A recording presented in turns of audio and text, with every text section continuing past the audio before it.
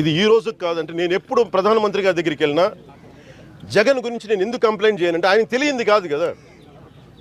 ఒక దేశాన్ని సంపూర్ణంగా నడిపే వ్యక్తి ఆయన దగ్గర ఉన్న వ్యవస్థలు కానీ ఆయన దగ్గర ఉన్న యంత్రాంగం కానీ నేను చెప్పాల్సిన అవసరం ఉందా? నన్ను విశాఖపట్నంలో ఇబ్బంది పెట్టారు, నా సినిమాలు ఆపేశారు అని చెప్పి నేను ఆయన చెప్పాలా? అది తెలియదా? తెలుసు. నేను ఎందుకంటే ఆయన టైంని వేస్ట్ చేయను నేను. అలాగే రాష్ట్రంలో ఇంత దోపిడీ జరుగుతుంది, ఇంత అరాచకంగా ఉందంటే ఆయన తెలియదా? తెలుసు. నేను చెప్పాల్సిన విధంగా తెలియజేస్తాను, ఆయనకి చెప్పాను కూడా. కానీ నేను వ్యక్తిగత ద్వేషం లేదు నాకు జగన్ మీద, అది కూడా చెప్తున్నాను. నిజంగా జగనే కనుక 151 ఎమ్మెల్యేలు ఉండి 30 మంది పార్లమెంట్ సభ్యులుండి అద్భుతంగా పాలిస్తే నేను ఈ రోజున ఈ పరిస్థితి వచ్చిండేదే కాదు.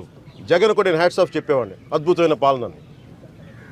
కానీ నువ్వు చెయ్యకుండా అరాచకం చేస్తానంటే ఇది ఖచ్చితంగా ఇబ్బంది. అందుకని